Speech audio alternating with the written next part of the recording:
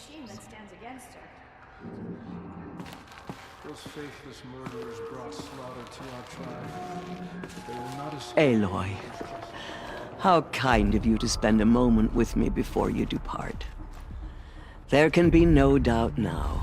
You are a blessing made flesh, the will of the goddess incarnate. It's really not that simple, Tirsa. But I guess it's close enough. I know the path ahead will be dangerous. To kill a metal devil sounds impossible, but I believe in you.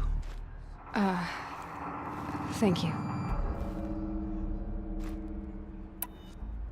The Nora have suffered terrible losses, Tirsa. What's to become of them now? That will be for the goddess to decide. Only she knows the future. For the moment, my sister matriarchs and I will see to the wounded. And as I promised, anyone who wishes to join you at Meridian, we will declare seekers. I think for the time being, we should remain here in the mountain, close to the goddess. That might be best. If nothing else, it's a defensible position. Tirsa, I want to know Rost's story. Why he was made an outcast. He never told me. Said he took an oath of silence. What did he do? Oh. Yes, that. What crime did he commit? I will tell you if you wish. But it is a long story. Are you sure you want to hear it now? Of course I want to hear it. Tell me. Rost never committed any crime. He was an outcast by choice. What? What do you mean? Many years ago, before the derangement, before the Red Raids, a band of murderous outlanders, 12 in number, struck without warning. At Mother's Vigil, they took hostages, and then pressed on, headed for Devil's Thirst. Mother's Vigil? Where's that? You would know it as the Forsaken Village, near the Karja border. But at the time, many families lived there. Ross was one of them. His mate was killed fighting the Outlanders, and his daughter was among those taken hostage. His daughter? What was her name? Alana. She was just 6 years old. Nora Braves couldn't stop 12 Outlanders? Or rescue the hostages? It was quite impossible. We outnumbered them, but every time a brave came within bowshot, the Outlanders killed a hostage. What did they come here to do? That was never discovered. We couldn't track closely enough to observe them. We know they camped beyond Devil's Thirst for 2 days. There were reports of strange noises. And then, as suddenly as they came, the Outlanders made their way back to the border and disappeared. What happened to Rost's daughter? She was killed?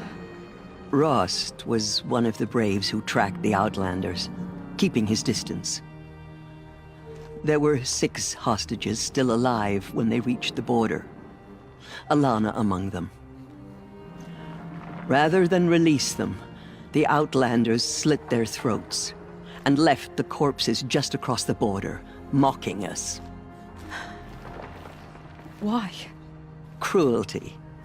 They knew the faithful Nora would not leave the sacred land to collect the bodies, let alone pursue them. They thought themselves safe from our vengeance. Are you saying that Rost went after them? That he became an exile? No. Rost was beside himself with grief, but even so, he would never have broken taboo. Then what did he do? He called upon the most terrible and secret rite of the Nora tribe.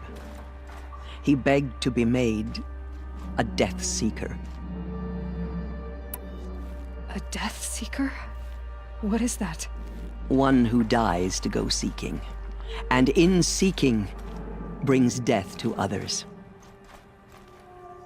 The ritual drags the spirit from one's body, releasing it to All Mother's care.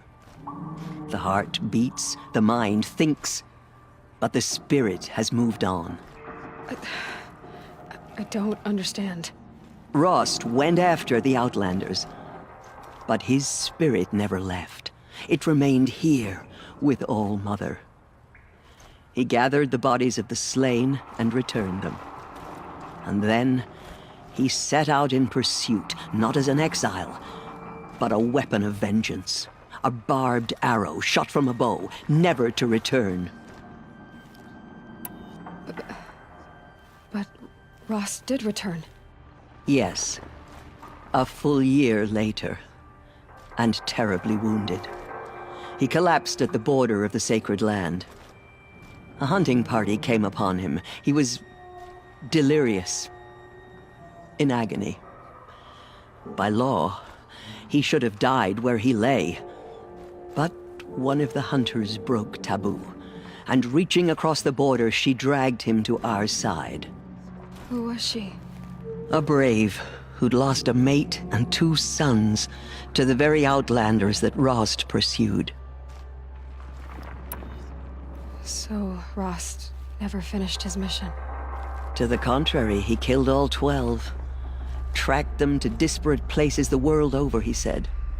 Meridian, Ban-Ur, the Claim, Utaru Land, further even, into the Forbidden West. The last he killed nearly got the best of him. Wounded, he stumbled and crawled back to us, hoping to die as close to the sacred land as he could. He never expected nor asked to be dragged across the border and nursed back to health. That was done to him, leaving us, the matriarchs, in a difficult position. Why couldn't you just welcome him back? Rost had been made a Death Seeker, Aloy. He no longer had any place among the tribe. By law, he should have been driven back out. But we couldn't bring ourselves to do that, so we offered a compromise. You made him an outcast.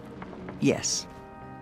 We offered to do so on the condition he never speak to anyone of this exception. After all he did, all he suffered, to be declared an outcast was his reward. Rost was overjoyed. He never expected to live another day in the sacred land, let alone the embrace, so close to the goddess. He resolved to spend the rest of his days in solitude, and was happy to do so. But then you found me, and gave me to him. Yes. Another compromise. The matriarchs feared you, and would not let you be raised by the tribe.